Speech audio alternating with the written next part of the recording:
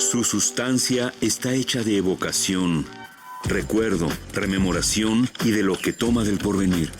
Porque es una parte fundamental de nuestra identidad.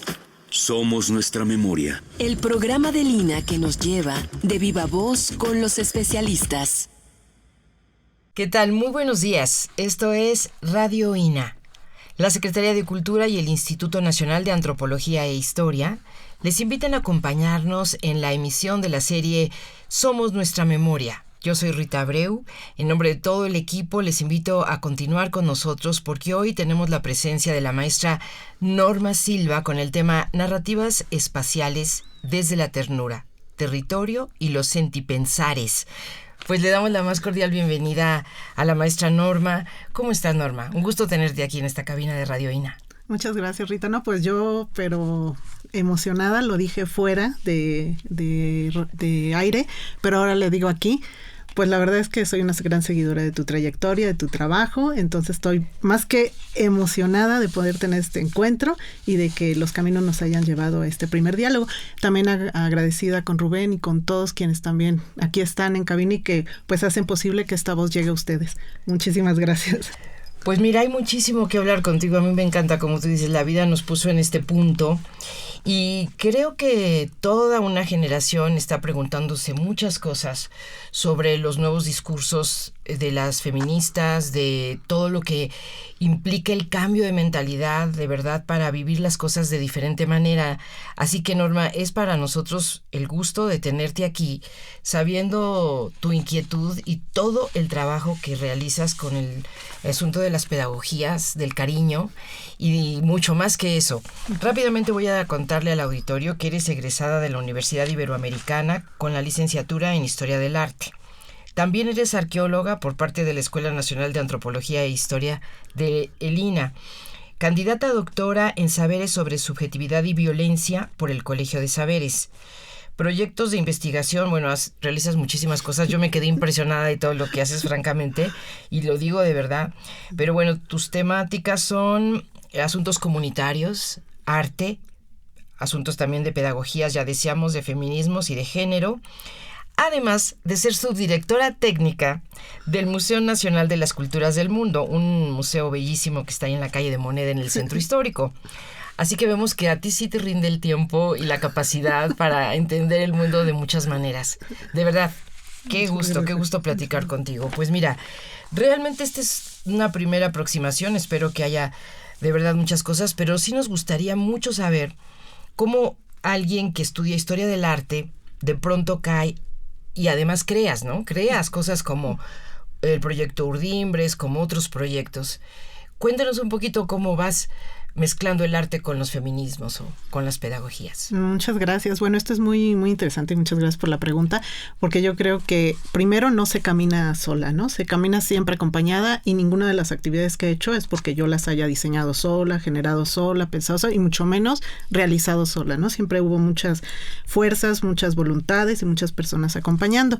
En este caso, pues sí, como bien dices, mi primera intención era ser abogada. Entonces, afortunadamente, la escuela de Derecho no me quiso. Dijo, no, la libre de Derecho dijo, no, con esa no queremos nada, ¿no? Entonces, lo agradezco mucho porque claro. De ahí, circunstancialmente, en un momento de depresión, vi, y lo digo sinceramente, vi la convocatoria de la Escuela Nacional de Antropología e Historia. Entonces, yo dije, ay, bueno, y a ver estos qué hacen. Y empecé a ver y dije, bueno, a ver. Y empecé el propedéutico. No, pues escuchar a personas como Manuel Gándara, etcétera, me empezó a cambiar el mundo y dije, quizás por aquí sea, ¿no? Pero todavía se me hacía muy científico, muy duro, un poco como que me faltaba algo, ¿no? Algo que latiera, que mi corazón latiera desde otro lugar. Entonces, cuando iba a la mitad de la carrera de Historia del Arte, de Arqueología, surge la oportunidad de que yo estudie Historia del Arte, pero el único lugar que yo veía un poco estudiando en la ENA, me empiezan a caer textos de Panofsky y de otro, pero venían de la historia del arte. Yo dije, ¿qué es eso de la historia del arte? Y me di cuenta que las universidades en las que la impartían, pues bueno, eran casi nulas y segundo, pues inaccesibles para mí en términos económicos. Y ahí es donde me di cuenta de un segundo elemento, que mientras la ENA me abría un espacio de saberes cuyo único intercambio era aprender, y también dar. Había otros espacios que me los cerraban por una cuestión económica. Pero pues como nací terca, yo dije, pues a esos también voy a entrar. Y apliqué y gané una beca del 100% y pude entrar a la Universidad Iberoamericana a estudiar Historia del Arte. Y ahí empezó un cruce, porque por un lado era lo científico, la unidad de medida, lo que tiene límite, por otro lado lo subjetivo, lo expresivo, y me empecé a encontrar en un diálogo que por un lado me conflictuaba, pero por otro lado me enriquecía profundamente. Ahí es que en ese momento, pues, la línea de materias que yo tomé en Historia del Arte estaban más inclinadas a la filosofía. Las que yo tenía adoptativas, todavía dije, bueno, está bien la Historia del Arte, pero aún así me puedo desplazar aún más. Y me fui hacia filosofía. Ajá. Y en el caso de arqueología, me fui a todas las disciplinas como antropología social, etcétera, que me brindaban etnología, etnomusicología, materias libres que me brindaban otros horizontes. Entonces, claro que llegó un momento que yo estaba totalmente enredada, ¿no? Pero ese enredo me dio posibilidades para pensar desde distintos lugares. Y luego ya es que entro a la maestría en Saberes sobre Subjetividad y Violencia, que es un cruce entre psicoanálisis, filosofía y teoría estética, que les recomiendo mucho el Colegio de Saberes. Es una belleza, es una joya en sí misma, ¿no? Y empiezo a escuchar otros autores, otras maneras de ser, qué es los saberes frente a la lógica de la academia, qué implica un saber. Y es donde todavía me desterritorializo más y me voy también a cursar el doctorado. En algún momento hacíamos la broma cuando estábamos en arqueología y me decían que si yo iba a ser la típica arqueóloga, no lo digo en mala onda porque tengo muchos colegas, pero es una broma común, AAA, ¿no? Que se avientan la licenciatura, maestría y doctorado en arqueología. Y ya después era la AAA, ¿no? Entonces yo después decía, bueno, esto es muy confuso porque, claro, cuando me presentaba ¿tu maestría en qué es? En subjetividades sobre violencia, saberes y violencia, ¿no? ¿Y eso qué hacen? Claro. ¿Y qué hacen? Y claro, quedé en un campo de indefinición que por un lado lo busqué con mucha necesidad y que por otro lado esa misma indefinición pues le pone enfrente a la academia clásica, ¿no? Que necesita límites, unidades de medida y rigurosidad. Y es donde pude empezar a trazar ecos con otros saberes. Y ahí es donde me empecé a encontrar con todas estas voces, ¿no? Pues mira, sí es sorprendente. Porque efectivamente, como tú dices, cruzas cosas que ya nada más me imagino de aparecer una pregunta en tu cabeza y empezar a hacer una búsqueda y encontrarnos. La primera cosa que a lo mejor el público se está preguntando, igual que nosotros acá, es ¿dónde está el Colegio de Saberes? ¿Dónde? A ver, cuéntanos esa maravilla. Por favor, véanlo. Está en Berlín 39, aquí en la Ciudad de México. Germán Plasencia fue quien confió en mí, me dio una beca también. Él no le gusta que lo diga, pero para mí sí es necesario, importante, porque me dio esa beca que me permitió no solo estudiar la maestría, sino el doctorado.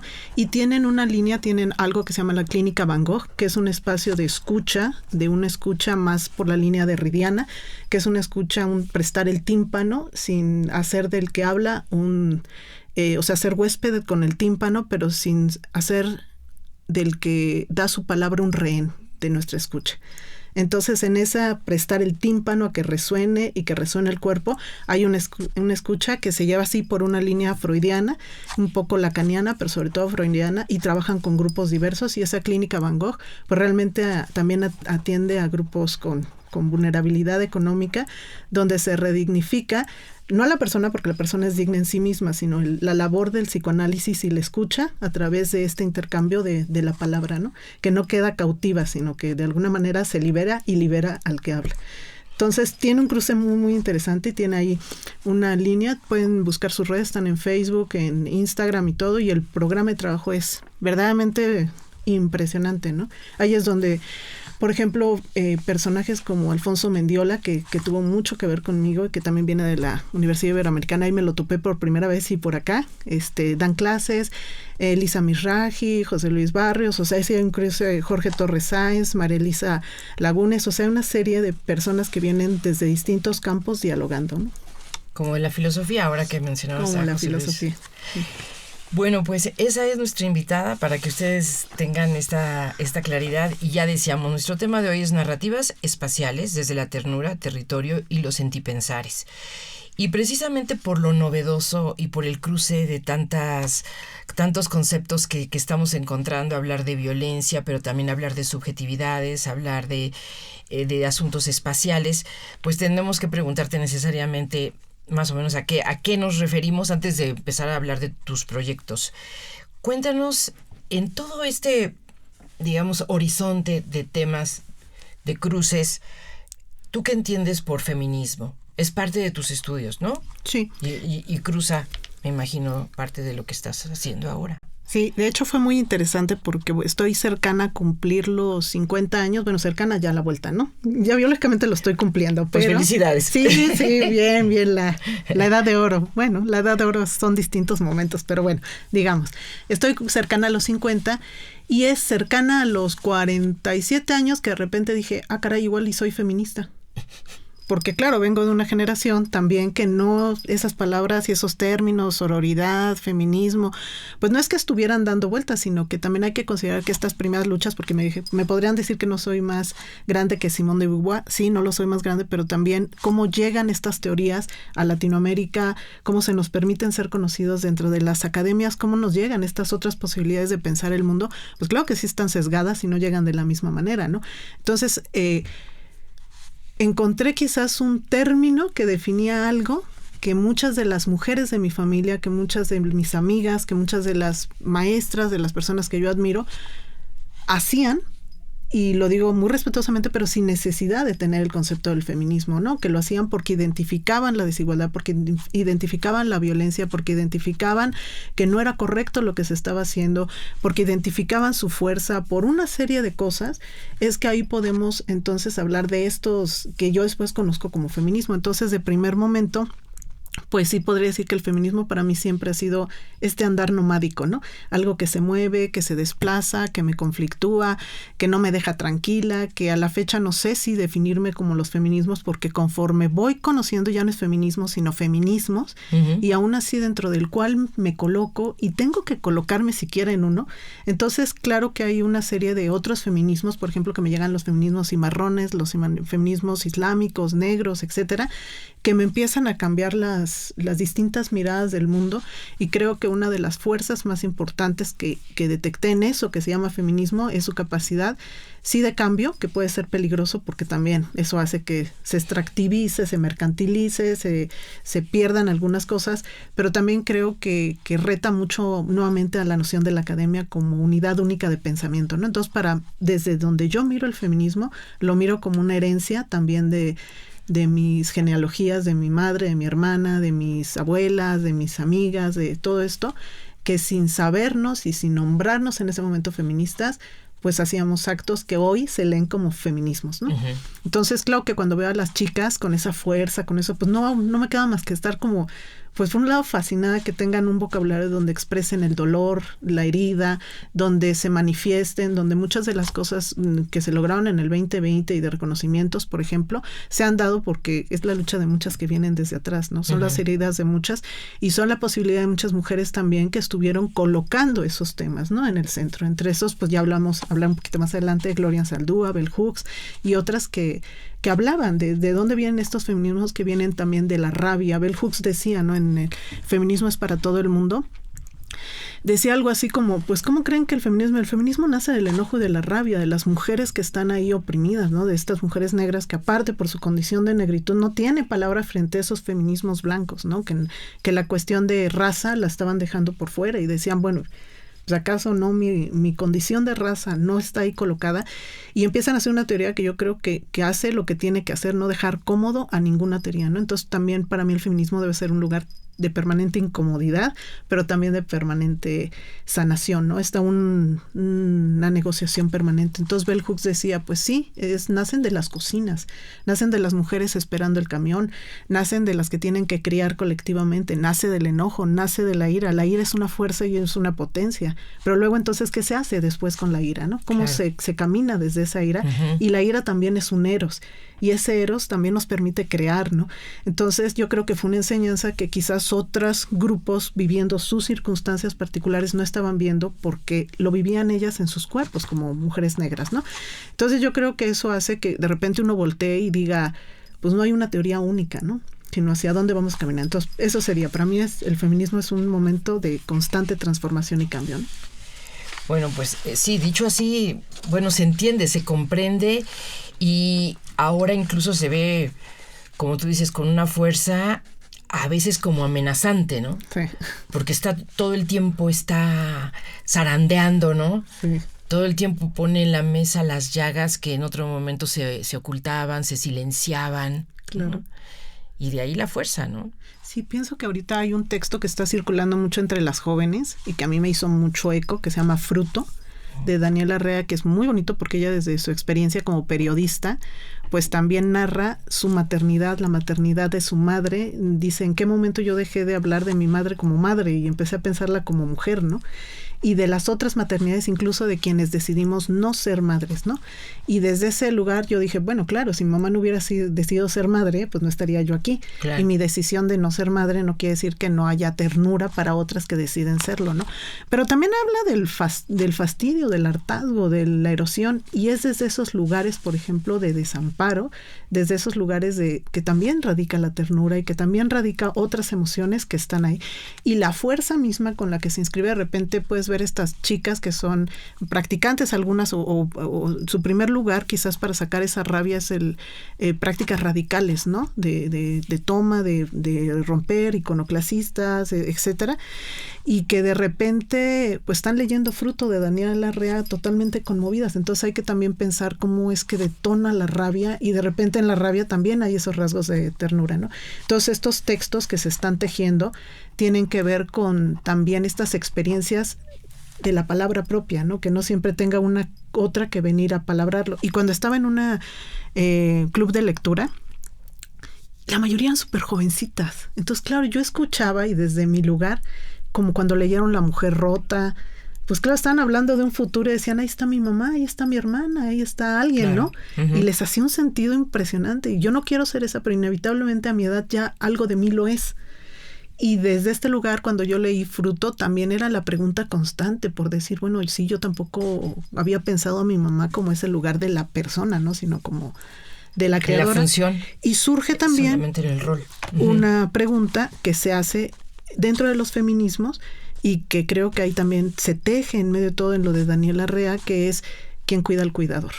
Uh-huh. O sea, siempre una labor de que se ha asociado mucho a las mujeres es la de los cuidados, ¿no? Pero el que cuida también se erosiona, se desgasta, se entristece, y ahí hay toda una política de los cuidados que, pues claro, hay teóricas muy importantes como Silvia Federici, etcétera. Pero yo creo que en medio de todo, con Calibán y la bruja, Revolución en punto cero, pero creo que en medio de todo ella tiene la inteligencia de saber que no es lo mismo la experiencia de una mujer en Europa que una mujer en América Latina. Entonces, cuando ella se refiere específicamente al caso de las mujeres catalogadas como brujas, la persecución que se hizo, el control de sus cuerpos, de su natalidad, etcétera, para fines capitalistas y económicos, y otro, la sobreexplotación de los cuerpos en Latinoamérica, las narrativas en Latinoamérica y sus mismas maneras de mirar el mundo, ¿no? Entonces hace un cruce muy interesante. Y toda la política de los cuidados, aquí en Abya Yala, pues también lo están trabajando mujeres que, así como muchas de ellas no se inscriben en el feminismo propiamente, no dejan de reconocer la importancia de las luchas, como las compañeras zapatistas cuando hacen las reuniones estas anuales de mujeres dialogando. Ellas mismas muchas de ellas no se reconocen en los feminismos, pero sí en las luchas de las mujeres. Uh-huh. Entonces están teorizando desde un lugar distinto de la experiencia, y muchas de ellas pues no tienen textos escritos, ¿no? Se dice la palabra en el momento, se acuerpa, se estructuran las memorias colectivas, las escrituras narrativas, restaurativas, que después otras transfieren, ¿no? A través de otros recursos que ya no necesariamente el libro, ya está el fanzine, el mural, otras experiencias que también nos hacen transmitir esos saberes, ¿no? Pues de todo lo que tú dices, uno entiende también que el feminismo, por un lado, es memoria, es teoría. Es cuerpo. Es cuerpo, exacto. Pero hay ahora también algo que quisiéramos que nos ayudaras a entender bien, que es el feminismo decolonial, o los feminismos decoloniales. Sí. De hecho, para mí esto es como muy importante porque uno de los proyectos que no hablé, pero quizás haya posibilidad de hablar, que es el de Urdimbres, Feminismos Decoloniales y Saberes Nómadas. Cuando yo lo estaba estructurando, yo decía, ok, pero ¿dentro de qué feminismos me voy a colocar? Y de Urdimbres, yo decía, bueno, a ver, Urdimbres es esta imagen que tiene un telar, ¿no? De la trama y el Urdimbres. Y dije, trama tienen muchos, pero las Urdimbres también anudan y ayudan a que esta trama y este textil de saberes y conocimientos se tejan. Y en ese sentido, cuando ya estaba en esta relación de a ver desde dónde me voy a colocar, etcétera, decía, bueno, pero también qué teoría, porque entre más entraba, yo vengo de la academia, o sea, estoy pateando el pesebre, literal, me la vivo pateando el pesebre, ¿no? Porque yo vengo de la academia y decía, ok, pero feminista de esta, no tanto. Feminista de esto, no lo sé. Y claro que el feminismo que a mí me llegó, así me sanó y todo, pues era el feminismo de las compañeras, ¿no? De la Vía Yala, pero yo decía, pero tampoco vengo, no he vivido sus opresiones, no vivo sus contextos, su historicidad, no comprendo eso, me fascina, me identifico, me emociona. Y la Vía Yala es los feminismos de otro lugar. La Vía Yala es la manera en la que se le habla, se le reconoce a toda América Latina, a ¿no? toda América Latina. Que es como esta tierra que arde y sangra, ¿no? Y es como ellos serían su propio, también de la raíz aymara, cómo se están reconociendo, ¿no? Entonces, así yo decía, bueno, toda esa teoría tan grande, que incluso Enrique Dussel, que es uno de los primeros que voy leyendo, el maestro Dussel, decía, bueno, es que las epistemes han sido construidas en otro lugar y han sido extractivizadas las epistemes de aquí, dada la vuelta y regresadas con otro, casi como maquila de mezclilla, ¿no? O sea, nos lo regresan, hacen todo aquí, pero luego nos los venden más caro. Y sin demeritar otras teorías de las cuales me enriquecí, crecí mucho, pero era la... Y que fueron necesarias. Que fueron necesarias, claro. Fueron necesarias. Ahora sí ya podemos decir, bueno, gracias, ya, ahora lo aplico gracias, sí, porque fueron las primeras que me llegaron, ¿no? Las primeras, pues el feminismo blanco, etcétera, es la primera que me llega y que le agradezco porque me hizo crecer en muchos sentidos. Pero yo decía, bueno, tampoco descolonial, porque no pertenezco a ese. Y el decolonial se inserta más en el campo de la academia. Y este giro de colonial, que no solo Dussel, Grossfogel, muchas gentes trabajan también, muchas compañeras de Glefas, etcétera, que van dándole el giro, y creo que era el que más me quedaba porque estaba más de un poquito dentro del campo de la academia. También hay muchas críticas en el feminismo decolonial por lo mismo, porque parece que fue cambiando de comprender ese otro universo a ir extractivizando ese otro universo y devolverlo nuevamente en libros, ¿no? Cuando ese saber pertenece a la experiencia, a lo cotidiano. Entonces, el feminismo, el pensamiento decolonial. Y después lo uní con otro que es el pensamiento postcolonial, que es de otras pensadoras, que es Spivak y Chandra Mohanty, ¿no? Que habla una de la voz del subalterno y la otra de la importancia de la experiencia personal. Y dos mujeres que abrieron el campo en India de pensadoras, Spivak, fíjate qué interesante, no, sí, se le cruza uno y uno no quiere ver, o sea, la liebre todo el tiempo pasa, pero uno no lo quiere ver. Yo en mi romance con Jacques Derrida empiezo a leer un texto de él, y yo dije, ay, qué belleza, porque yo, pero fan de Derrida, y emocionadísimo. Y en algún momento digo, ay, qué texto, conmovida, porque... Yo, hija de Derrida, o sea, por eso te digo que uno tiene sus momentos, ¿verdad? Claro. Ecuménicos. Sí. Y que no los niego porque me encanta. Pero dije, a ver, vamos a leer el prólogo, porque luego me lo salto, ¿no? Mal hábito, pero me lo salto. Sí. Y al leer el prólogo, empiezo a leer y digo, ay, qué hermosura, ay, qué bien, ay, qué maravilla. ¿Quién firma? Spivak. Y dije, ¿qué? ¿Y quién es? Y pensé que era un hombre. Ajá. Dije, Spivak. Y cuando veo, dije, Dios, a ver. Era una hindú. Era una mujer, una filósofa pensadora, de la cual saco esto y empiezo a meterme, y ella me lleva a Chandra Mohanty, que abren toda una teoría impresionante y que no es gratuito porque ella está haciendo la voz anterior a Derrida. Derrida fue su profesor y reconocía los talentos de de esta Spivak, más allá de Gayatri Spivak, más allá de que necesite la validación de alguien, sino porque en sí misma la fuerza de lo que ella estaba enunciando era algo que iba a perdurar. Y viene uno de la teoría postcolonial y es donde se da valor a lo que no subjetivo, que no tenía lugar de ocupación en la academia. Todas las historias personales, de hecho en este de Si tiene voz el subalterno, pone el caso de una mujer que se va a levantar, se levanta en una revuelta en India y Bubari, no me voy a acordar el nombre, pero bueno, se levanta y pues la descubren y ella sabe que el destino que le queda es que pues la apresen y seguramente la maten y le hagan ver como esta narrativa de que se suicidó o algo porque mala hija o está embarazada de alguien, etcétera. Lo que ella hace en un acto de resistencia, de autonomía y de dignidad es esperar a tener su menstruación y es cuando se suicida. Entonces, con la menstruación no puede decir que está embarazada, no puede decir, etcétera. Y aún así, cuando entra de los archivos, que hay otro pensador postcolonial en India, que hace esta revisión de todos estos textos y que la misma Gayatri Spivak lo hace, dice, el cuerpo fue la última seña y en esa seña dejó su última palabra y aún así fue silenciada. porque en los archivos, en los expedientes judiciales es, pues se suicidó por decepción amorosa, embarazada, bla, bla. Son muchos años después que su familia, esta Chandra, empieza a hacer el trabajo de archivo, por eso no menosprecio también el trabajo de la academia, porque cuando lo entienden bien puede ser un trato muy tierno, muy de acompañar, de dejar hablar a quien tenga que hablar, como en su momento lo hace de una manera hermosísima Cristina Rivera Garza cuando hace El Invisible Verano de Liliana. Yo creo que no comprendí Los Muertos Indóciles, ese otro texto, hasta que no leí el texto de esta que le dedica a Liliana, porque el otro me parece una teoría muy interesante, literaria, muy todo, pero cómo se acompaña al que no tiene voz sin desproveerlo de su voz y dejar que hable y no dejarlo en un acto nuevamente de soledad, ¿no? Entonces, cuando hace esto con Liliana, de alguna manera es lo que hace sutilmente Chandra Mohanty, esta Gayatri, cuando acompaña a esta mujer y saca de los archivos más profundos para decir lo que sea, pero ella era una guerrillera y hay una suerte de ahí de recuperación. Con Chandra Mohanty es la voz y dice, ¿y cómo nos mira Occidente? De antemano nos mira como víctimas, y si no es el lugar de víctimas desposeídas, iracundas, etcétera, pues entonces no hay lugar para la posibilidad, y es donde, aparte de esa ira que sí nos atraviesa, de esas heridas, de ese, pues descolocarse del lugar de la víctima, incluso hasta en un juicio, tiene otro que hablar por la víctima, porque esa misma está tan atravesada por el dolor y todo que su palabra puede ser cuestionada. Pero si un otro habla, pero entonces ¿por qué siempre va a hablar el otro, no? ¿Por qué no hablar de la propia herida? Y más bien quién escucha del otro lado, ¿no? La instrumentalización de los saberes y la instrumentalización de las escuchas. Y es cuando pues también me empiezo a meter con lo que hablan nuestras compañeras trans y de otras identidades sexogenéricas cuando hablan de las ternuras, ¿no? De la ternura radical y todo que viene justo de ahí radica, ¿no? La ternura radical. Frente a toda la violencia, como Pedro Lemebel y todos estos, cómo hacerse dentro de esa violencia, dentro de la alegría, dentro de la esperanza, dentro de la fuerza. Todas estas autoras que estás mencionando, ¿estamos hablando ya de trabajos hechos en el siglo XXI?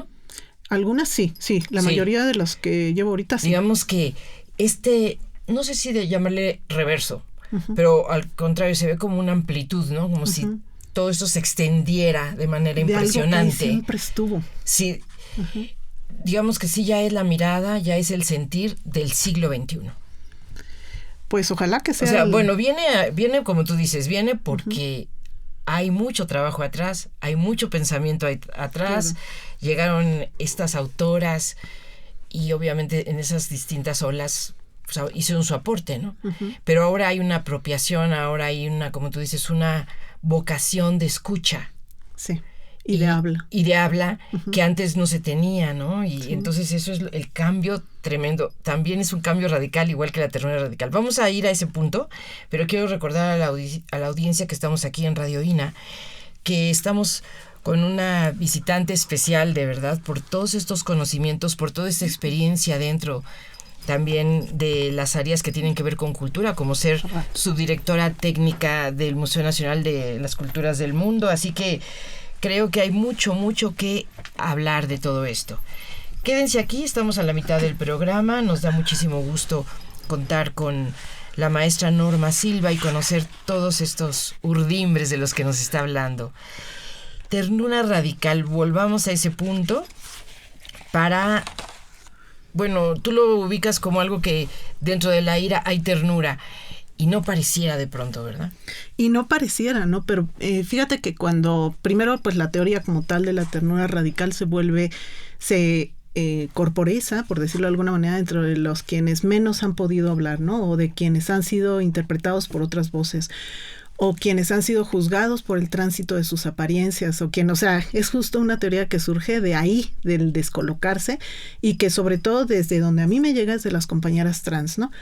Cuando empiezan a hablar de la alegría, del goce, toda mi vida he sido humillada, he sido esto, pero colocarme en víctima ya no me es suficiente, porque entonces la vida se lo estoy entregando a mi victimario, ¿no?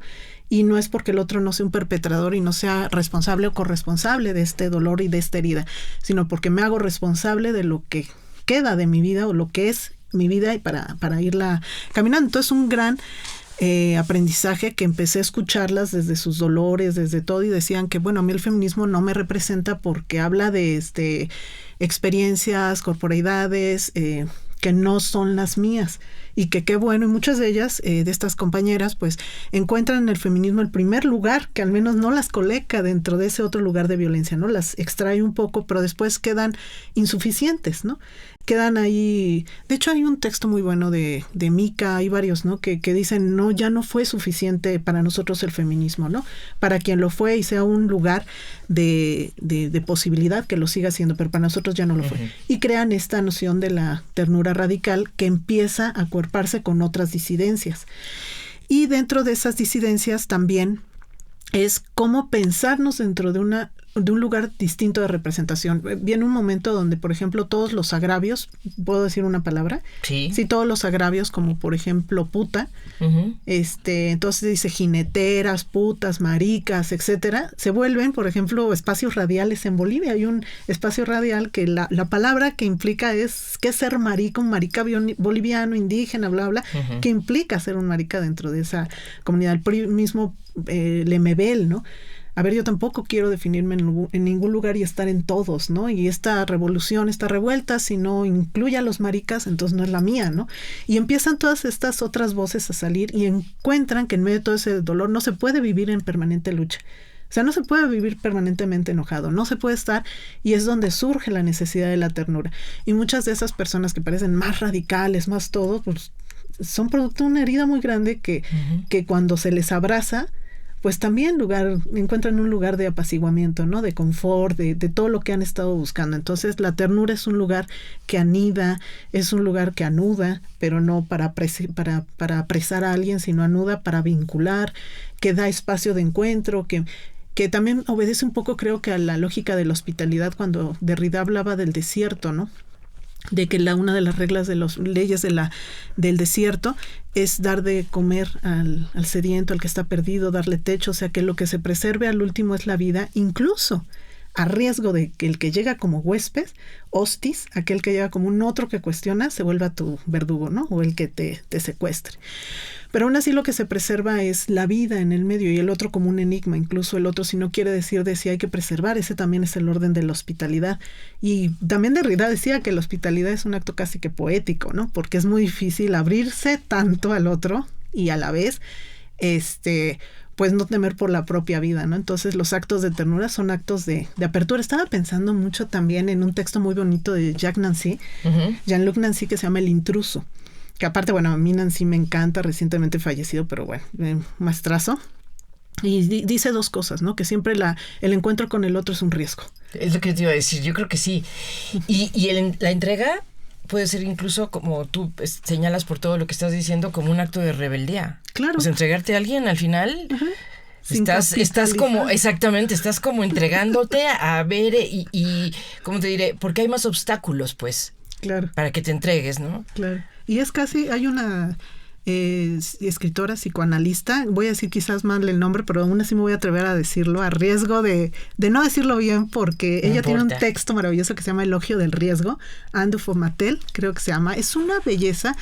No quiero adelantar el spoiler alert, pero cuando uno ve su escritura, lo que ahí narra, el elogio, porque el riesgo también es una posibilidad de colocarse en la vida, no solo me resuenan así cuando dice...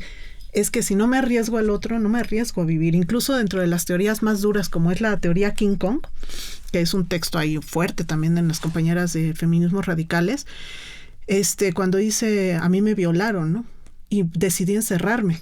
Hasta que no leí un texto de Camille Paglia que decía, y va a seguirte sucediendo. ¿Tú crees que por estar encerrada puede? No, la herida ya pasó. Y aparte de que está ahí, es una condición que está de peligro en todos lugares. Y ella dice, aún así, con riesgo, no deseando que vuelva a suceder, pero a riesgo de que vuelva a suceder, decido salir a vivir. Entonces, ahí pienso mucho también rápido, nada más digo esto de Nancy, cuando en este texto El intruso, que es una conferencia que da, hablando, fíjate, de la extranjería y la hospitalidad, ahorita con todo el tema de Palestina tan doloroso, tan cuestionable y tan necesario de hablar. Él dice que la figura del extranjero también se instala ahí, ¿no? Y porque la metáfora que él toca es que recientemente él tuvo una operación del corazón, a corazón abierto, entonces recibió el corazón de una persona y cuenta todos los pros y los contras, pero lo que un poco termina diciendo, dice, lo más propio a mí O sea, mi corazón me estaba matando. Me tuve que abrir radicalmente al otro para que la vida entrara. Ups. A riesgo de que ese otro que entra también me pudiera arrebatar la vida. Entonces esa es la metáfora del extranjero, de la llegada, de la hospitalidad y del encuentro con la Está linda otredad, la metáfora, ¿no? Fuerte, contundente, ¿no? Está así gráfica incluso, ¿no? Bueno, aquí nos están aportando de la producción Elogio del riesgo de Anne Dufourmantel. Exacto. Es ella. Es ella. Lean todo lo que hay de ella, porque también tiene otro texto muy bonito que lo leí en época de ruptura amorosa, porque ese es otro lugar donde también uno radica la ternura, y en caso de amor, ¿qué hacer? Y es una belleza. Y leí la de Bartres de fragmentos de un discurso amoroso, pero creo que la de Dufourmantel me hizo un sentido así maravilloso. Bueno, cuando pensamos en ternura, estamos hablando de también una contraparte que está presente en todo lo que has dicho hasta ahora, maestra Norma Silva, que es pues el poder, ¿no? O sea, ahora lo vemos, y por más que lo tratamos de fragmentar, pues ahí está el intruso, el extranjero, la marica, la chica trans, o sea, todos tienen que enfrentar a alguien que va a sentir un poder sobre, ¿no? Uh-huh. Bueno, por supuesto las mujeres, pero incluso los hombres también. Sí, también, claro.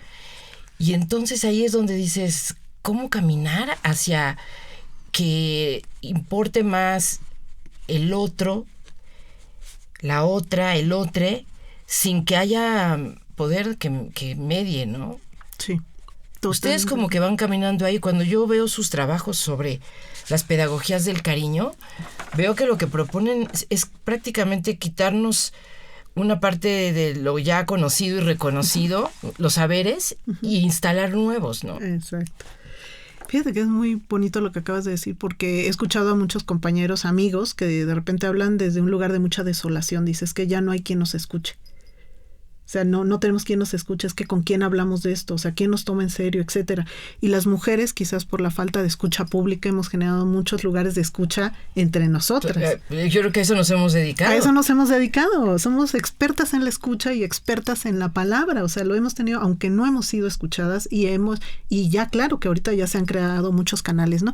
Entonces, ahí eso que tú dices del poder, yo creo que también va muy unido, que es como centrándonos en alguien Foucault, ¿no? Es como la acción, la fuerza, es la fuerza de una acción, sí, pero ahora está pensado desde estos lugares como una potencia.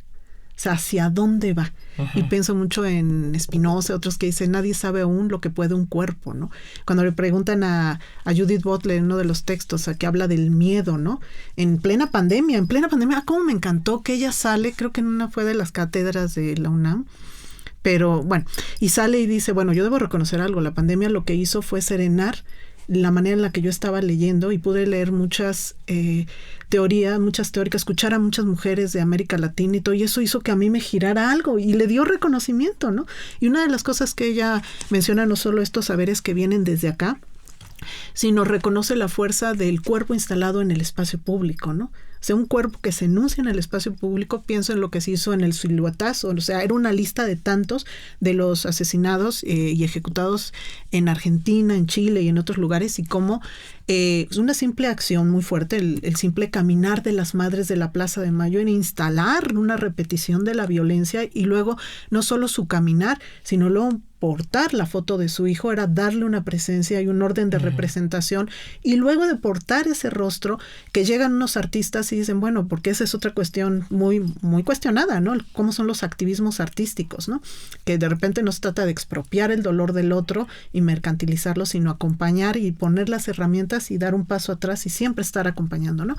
Y llegan y les proponen esto de la silueta. Entonces ya no son 10,000 nombres aglutinados en la lista. Es un espacio que irrumpe, es una silueta que irrumpe el espacio público, que lo aglutina, que lo vuelve esquizofrénico, que no hay lugar por donde caminar, porque pisas. Uh-huh. Y aparte de que pisas, alguien pone el cuerpo para que se haga esa silueta.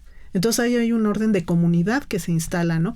Pienso también en la fuerza, cuando le preguntan a una de las madres de una colectiva que se llama Sabueso Buscadoras, y que trabajan con ellas algunas abogadas y todo, les preguntan que por qué siguen. Ellas dicen que pues de entrada pues se tuvieron que volver peritos, jueces, expertas en leyes, todo para pensar el archivo, que después eso me lleva a Cristina Rivera Garza, cómo piensa el archivo de su hermana, y lo lleva a ese texto tan maravilloso. Ahora estas madres, cómo tienen que recuperar de las garras de la burocracia y del tímpano del burócrata los archivos, y conocer la ley, ir con la ley, enseñarles, incluso capacitar a los propios peritos que están analizando, y luego entonces seguir a la búsqueda del que no está, de sus hijos, ¿no?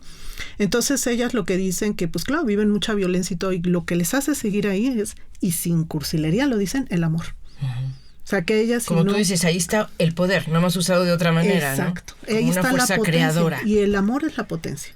Y la ternura y el que ellas digan, yo no quería ser ni representación de nadie, ni admirada por nadie, yo quería ser la madre de Yosimar. Quería ser la madre de Berenice, quería ser la madre, eso es lo que yo quería. Claro. Me colocaron aquí y esto estoy haciendo, pero yo, una vez que encuentran, yo quiero ser, y quienes han encontrado no han dejado a las otras. Ahí hay actos de ternura en la búsqueda del orden del insólito, ¿no? Por ejemplo, ellas no les dicen, encontramos una osamenta, como diríamos muchos arqueólogos, antropólogos físicos, huesos, restos humanos, no, son tesoros, porque esos faltan y son esperados por alguien, ¿no? Entonces, exacto. Y más hablando en un país con tantas fosas y desaparición forzada, porque el feminicidio, desde luego que es un tema muy fuerte, pero la desaparición forzada nos pega a todos, como tú dices, estas violencias no son exclusivas de las mujeres, ¿no? Sino nos pega a todos. Entonces, entre desapariciones forzadas, feminicidios, transfeminicidios, lesbofeminicidios, todas las variantes que hay, pues es un territorio casi forense, ¿no? De mucha violencia. Entonces, ¿cómo articularnos desde ahí? Pues no podemos estar en la permanente lucha, más sin embargo, sí en la búsqueda, pero acompañadas, ¿no? Y claro que estar sola no es lo mismo que caminar con otras voces que de repente te apuntalen, ¿no? Entonces, claro, vemos a María Isabel de Sabueso Guerreras con una fuerza y todo, pero hay momentos que también necesita quebrarse, ¿no? Para poder que lo de adentro salga y lo de afuera entre, ¿no? Entonces son, bueno, casos que a mí se me hacen, y que como tú dices, cómo va jugándose entre el poder, la fuerza y la potencia, ¿no? Entre estas narrativas. Así es. Bueno, yo quisiera pues aprovechar esta visita tuya aquí a esta cabina, porque hay un trabajo ya muy interesante que tiene la Red Latinoamericana Feminista, y ahí creo que va cruzando por todo esto que estamos diciendo, ¿no? Transformar las relaciones, romper jerarquías, recuperar el sentir. ¿Sabes qué? A mí realmente me quedo un poco con esto, ¿no? De recuperar el sentir, y ahora que tú dices, tú tienes un término, no sé si sea tuyo, pero también está dentro de tus materias de estudio, que es los sentipensares. A ver, entonces, ¿qué nos estaba pasando con el sentir? ¿Qué sientes? ¿Por qué están ustedes recuperándolo como una cosa tan importante como todas las otras? Claro, y efectivamente no es mío. Tiene que ver más con esa manera en la que decía, nosotras no solo pensamos, ¿no? Sobre todo con estas colectivas, pero con mujeres de distintos feminismos, por ejemplo, el feminismo antipatriarcal de Bolivia, los feminismos comunitarios, territoriales de Guatemala, ¿no? Entre ellos la Red de Sanadoras Ancestrales con Lorena Capnal, Adriana Guzmán, o sea, hay muchas voces, ¿no? Está María Lugones, la misma Gloria Anzaldúa, que luego leeré algo de ella, por favor, si me permites, y que tiene mucho que ver con estos lugares donde se estaban tejiendo. Es donde decían, claro, es que a nosotros se nos exigía dentro de la academia, pues esto un poquito que estoy haciendo ahorita es citar autores y bla, ¿no? O sea, incluso llega un momento que eso también me hizo alejarme un tanto de la academia, agradecerle todo lo dado, pero también alejarme, porque esta lógica de presentar documentos, citar 40,000 autores, ir sobre el otro, casi sobre la yugular académica del otro y todo, hacía que, había mucha producción de conocimiento sin duda alguna, mucha producción de data, etcétera, pero eso en la realidad material de la gente, ¿cómo ayudaba siquiera? ¿no? O sea, ¿cómo mejoraba? ¿Cómo aterrizaba todo? Ajá. Y entonces, si bien ya está, desde antes pensado con Descartes y todo, pues la relación entre el cuerpo y los pensares, pues sí, en algún momento se separó. Entonces aquí es también, yo pienso poniendo al cuerpo no en un lugar de contenedor, sino poniendo al cuerpo al centro, porque es el que también me coloca y me vincula con los otros, ¿no? O sea, el órgano más extenso pues es la piel, ¿no? Y esa piel acariciada, pues entonces es una conexión con un otro. Ese cuerpo mirado es también, el cuerpo desaparecido también es un índice, el cuerpo que protesta es otro índice. Entonces no hay pensar sin sentir y viceversa, ¿no? Entonces, Claro, es ir mucho en contra de la filosofía moderna y etcétera, pero pues tampoco es que les importe mucho. Dicen, bueno, está bien, estos son saberes que vienen de otro lugar y que qué bueno que los tuvieron y todo, pero a nosotros los que nos ha llevado es escuchar el viento, saber cómo reacciona el olor, va a llover porque huele así, y eso también se piensa porque se siente y se experimenta en el cuerpo, ¿no? Entonces hay una lógica distinta que se instaura dentro de nuestras narrativas, ¿no? El saber del loco, por ejemplo, que eso lo entiende muy bien Foucault, ¿no? Incluso el mismo Kant, ¿no? Que en el epígrafe 48, ahí aparece que estoy. Bueno, pero en el epígrafe 48... En el examen, no nos dejas en el examen profesional del doctorado, ¿eh? No, acuérdense que ella va a ser doctora próximamente.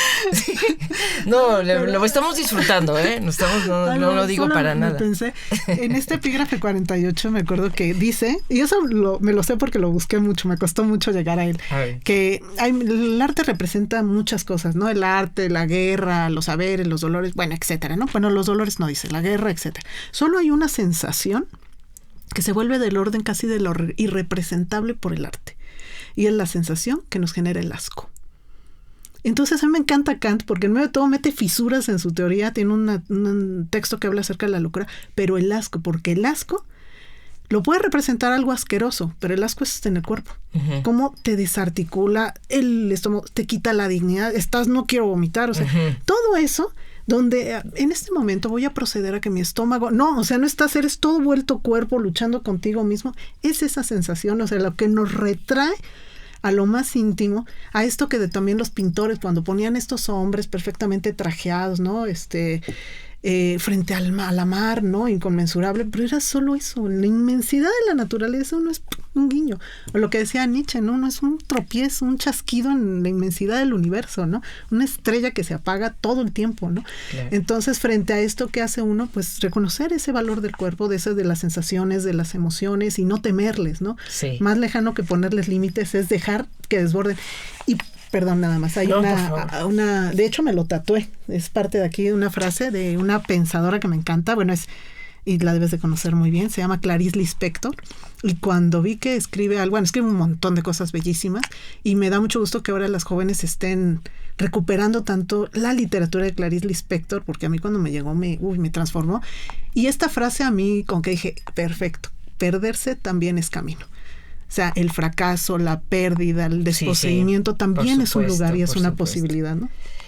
Claro, porque ustedes están haciendo que todo tenga un nuevo sentido, ¿no? Nos han dicho, tú con una carrera tienes que acercarte al éxito, al triunfo, ¿no? Teníamos que hacer las casitas, aunque no fuera de marido, esposa e hijitos, pero sí tener una propiedad. O sea, todos esos saberes que nos hacían sentir una cierta estabilidad. Claro. Todo es lo que ustedes están volteando de cabeza. Sí puede ser, pero a lo mejor no. Claro. Y sí, pero de otra manera. Y sí, pero... Es decir, ya como aceptar la zozobra, como aceptar esto que tú dices, perderse también es el camino, en fin, ¿no? Es pensar todo el tiempo con diferente enfoque. Sí. Pues yo creo que es el momento que nos leas, porque ya trajiste el libro a cuento. Perfecto. Y vamos a aprovechar tu visita. Claro. Oye, te estamos exprimiendo. No, yo feliz. Tú puedes sentirte en el examen profesional. Pónganme freno, porque yo me sigo, por favor, ahí pónganme freno. Te estamos disfrutando, así que adelante. Fíjate que es muy interesante, rápido menciono, porque de esto que decías hay porque traje mi listita para recomendar, pero me la voy a saltar. No, esa por favor, no, esa es importante. Que es un texto que se llama La Dependienta. Bueno, ahorita lo voy a buscar. Qué maravilla ese texto, porque ahora estoy leyendo mucha literatura japonesa y coreana, y ese texto de La Dependienta, o sea, ella es una mujer que ya está en cierta edad y que, bueno, ya sabes que las mujeres tenemos ciertas edades, ¿no? Se nos dice ciertas edades, yo sigo descubriendo cuáles son las ciertas edades, pero no podía trabajar en una combini, bueno, trabajaba muy jovencita en una combini, que es el equivalente a una de estas Oxxos y Seven y etcétera, pero hasta cierta edad, porque eso es solo para jóvenes que apenas van a avanzar. Y ella encuentra que en ese lugar tiene un sentido lo que ella hace y se siente feliz y cómoda, y en que su vida no sea la típica tener novio, tener hijos, tener todo. Y todo su entorno, cuando la ve tan cómoda, tan feliz, y que ella ahí se está haciendo lo que tenga que ser, pues la empiezan a presionar, ten novio, etc. Y no quiero spoilear mucho, pero de repente a mí me parece una metáfora de resistencia a donde los demás miran un lugar del fracaso, uno mira el lugar de la posibilidad para la vida. Y es, bueno, léanlo, es una belleza, se llama La Dependiente. Sí. Además me encanta. el título. Bueno, leo esto Por porque favor. fue de las cosas de nuestra queridísima Gloria Anzaldúa, que tiene un texto acerca de la morenita y tiene otro concepto de la mujer como puente, la nueva chicana, la nueva mestiza, todo el chicana. Ella misma hablaba en ese Spanglish, una cosa muy interesante. Y recién yo en ese momento estaba terminando de leer La habitación propia, que me gusta mucho, es un texto que valoro y me gusta mucho. Y el siguiente texto es esta, que es una carta lo voy a comentar. Hablar en lenguas, una carta a escritoras tercermundistas, ¿no? Está fechado el 21 de mayo de 1980. Y cuando yo leo Una habitación propia, me llega este texto y yo dije, ok, cosa me descolocó. Solo voy a leer un pedacito que dice: olvídate del cuarto propio, escribe en la cocina, enciérrate en el baño, escribe en el autobús o mientras haces fila en el departamento de beneficio social o en el trabajo durante la comida, entre dormir y estar despierta. Yo escribo hasta sentada en el excusado. No hay tiempos extendidos con la máquina de escribir a menos que seas rica o tengas un patrocinador. Puede ser que ni tengas una máquina de escribir. Mientras lavas los pisos o la ropa, escucha las palabras cantando en tu cuerpo. Cuando estés deprimida, enojada, herida, cuando la compasión y el amor te posean, cuando no puedas hacer nada más que escribir. ¡Uy! Gloria Anzaldúa. Mira, nos llegó así. Qué maravilla, qué maravilla. Olvídate del cuarto propio, porque si estás esperando, a lo mejor él no llega, ¿no? Quizás no llega. Y a quienes lleguen, que hagan su cuarto propio. Me acuerdo, perdón, voy a robarte al público, a ti y al público. Estaba yo entrevistando a las mujeres que escribieron radionovela. Me interesaba esa parte en especial de los años 50 y le pregunté precisamente a una escritora muy afamada de esa época, Marisa Garrido, que si tenía un cuarto propio, que si escribía, tenía su escritorio, y me dijo, cuarto propio, yo escribía en el borde de la cama y una mesita que me había regalado mi abuela la hice un escritorio para que mi asiento fuera la cama y esa mesita era el escritorio, ¿no? Entonces, checa muy bien con, bueno, sí, desde dónde escribimos y qué hacemos, ¿no? Exacto.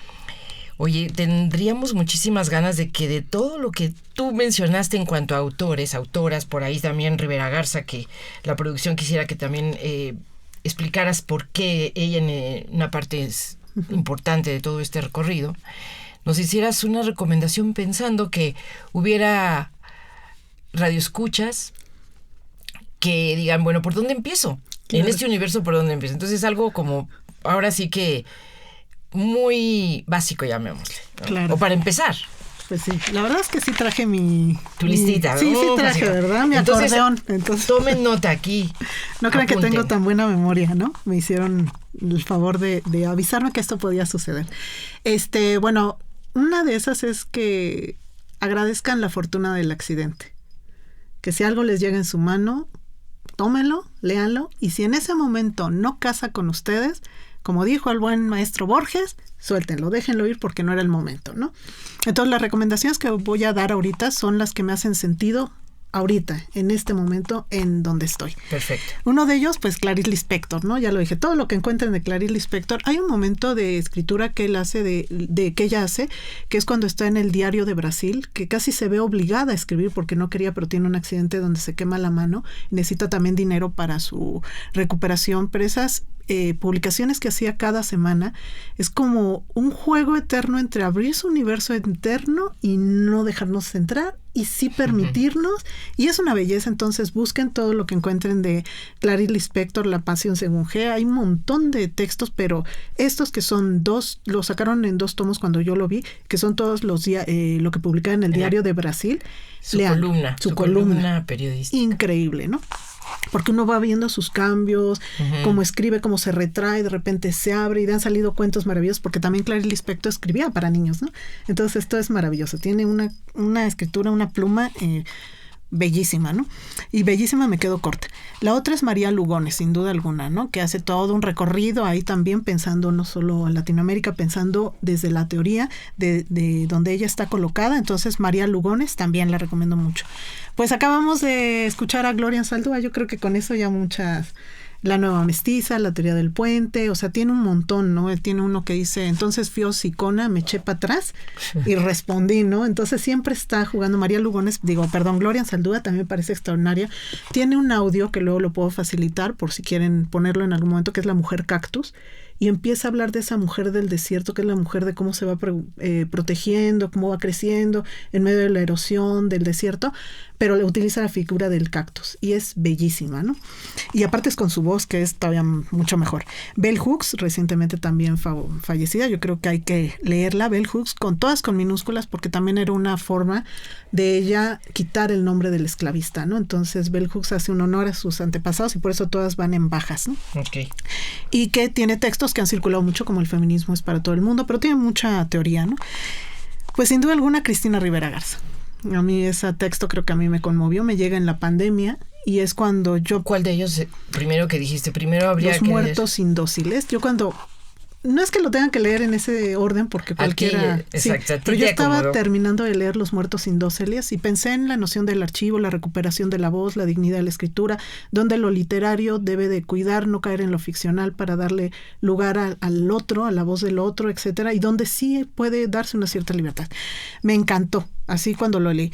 Pero una vez que leí El invencible verano de Liliana, que por cierto tiene una playlist en Spotify, entonces de repente primero lo leí así, luego lo leí con la playlist, fue impresionante porque es como otro universo.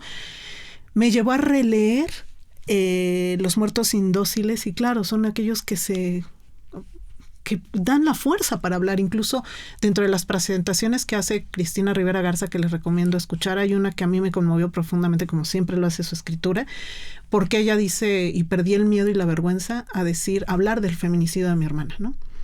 O sea, hay una vergüenza que se instaló en su familia y que tenemos de ser víctimas o no víctimas, de estar en escenarios donde hemos sido abusadas, etcétera.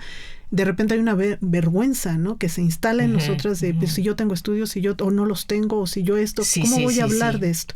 Y la primera que se desposee de la palabra es una misma, ¿no? Y eso es muy fuerte. Y creo que este es un acto de ternura radical que hace Cristina con su hermana desde una metodología donde le da un lugar de voz sin aplastarla metodológicamente, ¿no? Bellísimo. Luego está Rupi Kaur, por favor lean todo lo de esta poeta. Rupi Kaur tiene 2 textos, bueno muchos, pero los que yo recomendaría ahorita es Todo lo que necesito existe ya en mí y otro que se llama Otras maneras de usar la boca. Bueno, pueden ver videos, está en YouTube, es una maravilla, a mí me gusta mucho, ¿no? También recomiendo mucho a esta persona, esta escritora, poeta. Se le conoce más como artista de performance, que es José Regina Galinda, pero el trabajo poético que ella tiene es lo que hace que no solo cómo configura sus performances, sino que los textos que acompañan a sus performances sean poemas, y es donde yo me di cuenta de la fuerza poética de Regina José Galindo. También les recomiendo mucho. Pues ya mencioné a Spivak Gayatri, a Chandra Mohanty. En Spivak Gayatri es esta de La voz del subalterno, también por ahí lo pueden encontrar, ya está descarga libre. La mayoría de los que menciono están muchos en descarga libre, ¿eh? Perfecto. Chandra Mohanty, que es la mirada también de Occidente, que habla del valor de la palabra propia, de la historia propia. Pues no podría faltar Audre Lorde, que a mí con de Diarios del Cáncer, como ella va entendiendo la enfermedad que tiene del cáncer de seno y luego la comunidad, el acompañamiento que tuvo en torno, más toda su teoría. Audre Lorde me parece así como de estos feminismos negros que hay que leer porque nos descolocan. También Vandana Shiva, ¿no? Para quienes estén por prácticas de ecofeminismo, que hay una... mucho dentro de las consignas feministas se dice mi cuerpo, mi territorio. Y las compañeras de muchas comunidades dicen, sí, está muy bien, qué bueno que le signifique, pero para nosotros es mi cuerpo, mi territorio, territorio, cuerpo, tierra. O sea, la tierra donde ellas radican también es parte de su relación con el mundo, no solo el cuerpo como primer territorio de defensa, ¿no? Que esto dice en la red de sanadoras ancestrales y Lorena Cafnal, sino también desde dónde defiendo eso y es mi tierra, ¿no? El lugar físico también. Entonces, bueno. Oye, es muy importante que digas tú que también tu proyecto de Urdimbres tienes resonancia porque son podcasts, ¿no? Sí. Entonces creo que esa puede ser también con lo que cerremos para que, claro que sí, el público también sepa que estos, digamos, discursos o estas formas de explicarnos de qué va todo esto, hay que oírlo varias veces, esa es la verdad, porque vamos entendiendo una parte, vamos haciendo también como un rompecabezas. Sí. Entonces, ¿dónde te localizamos? Bueno, como sucede con muchas de las personas que hacemos radio, a veces uno anida su voz en espacios y luego esos espacios cambian de administración y algunos desaparecen, ¿no? Entonces fue el caso de algunos de los podcasts, pero todavía algunos sobreviven. Por ejemplo, Profanaciones es un programa que cumpliría ahora 10 años, 8 de transmisión continua. Algunos podcasts quedaron por ahí sobreviviendo en Spotify, les recomiendo mucho. Está la página de Facebook también. Profanaciones, que viene de un texto de Giorgio Agamben que se llama Elogio a la profanación. Entonces de ahí sale, ¿no? Dice que el elogio a la profanación es la potencia del mundo, ¿no? La risa, el amor, la sexualidad, todo eso son las fuerzas que nos colocan en el mundo, ¿no? Entonces la profanación es que sustraerle al mundo lo que ha petrificado para volverlo al orden de la vida, que lo ha vuelto sagrado y por ello intocable, para volverlo al orden de la vida y luego si quieres regresar. Como un niño que juega con algo, se imagina que es una piedra, es un trenecito, no está loco, está delirando artísticamente, pero luego lo vuelve a acomodar y ya, sigue siendo la piedra, ¿no? Entonces, Profanaciones. Hay otros podcasts que les recomiendo, si los pueden buscar, que es dentro del proyecto Urdimbres, que es Saberes Nómadas, Calandria Informativa y también Sembradoras de Saberes, ¿no? Algo por ahí quedó. También se hizo alguno que se llamaba Hablando en Plata. Esta es una frase que para quien tiene un poco más de edad lo debe de comprender. Es algo que me decía mucho mi abuelo. Mira, hablando en plata. Por supuesto, y era cuando, una verdad. Sí. Entonces este programa es la palabra de personas mayores narrándose a sí mismas, ¿no? Porque luego son los que tienen menores lugares de escucha. Así es. Y hay otros que pues bueno, hay entramajes, hilando voces, que ya me voy colocando también con el performance, el videoarte y etcétera. Pero por ahí pueden ver esto. Como ven, podríamos seguir conversando con Norma Silva y espero que sí, que haya una continuidad en esto y podamos regresar a los temas a lo mejor ya más enfocados a lo mejor al arte, pero bueno, claro. ya pensaremos en otros encuentros, claro. Norma Silva. Por lo pronto te agradecemos muchísimo esta visita y esta charla sobre las narrativas espaciales desde la ternura, territorio y los sentipensares. Y bueno, pues pareciera una situación lejana, pero como vemos nos atraviesa a todos, tiene que ver con mujeres, con hombres. Todas estas recomendaciones le van a servir a quien se acerque, a quien sienta que los necesita, independientemente, ¿no?, de quién sea. Perfecto. Y gracias. Nada más puedo decir algo final. Por favor. Bueno, les recomiendo mucho buscar la Red Latinoamericana Feminista porque estamos próximas a abrir una serie de actividades que tienen que ver con todos los ejes que vamos atravesando, de muralismo comunitario, de sanación, de afectividades. Hay otro que es de abordando en la Vía Yala, que desde distintas latitudes vamos abordando la palabra y los sentipensares. Y sobre todo, pues que Pedagogías del Cariño surge de un duelo, pero también de una memoria, ¿no? Entonces, pues ya, que nos sigan y larga vida a Carolina Espinosa Caballero. Larga vida para ella, te abrazamos y las abrazamos. Es un trabajo lo que están haciendo en esta red, de verdad muy, muy impresionante. Mujeres así de preparadas como escuchamos a Norma Silva con esta voz, que no solamente puede hacer estas citas maravillosas, sino que puede hacer también la emoción, la memoria.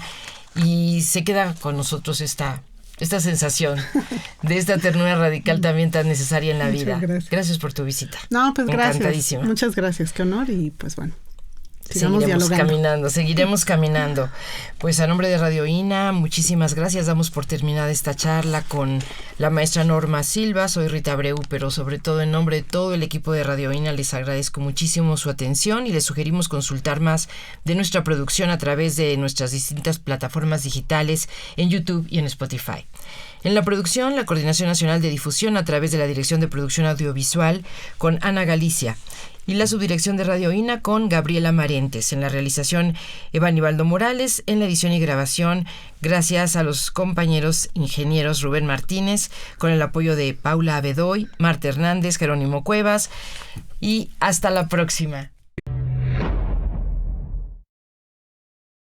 Las opiniones y comentarios aquí expresados son de entera responsabilidad de quienes proporcionan la información y no representan necesariamente las opiniones de Radio INA ni comprometen el pensamiento editorial del Instituto Nacional de Antropología e Historia.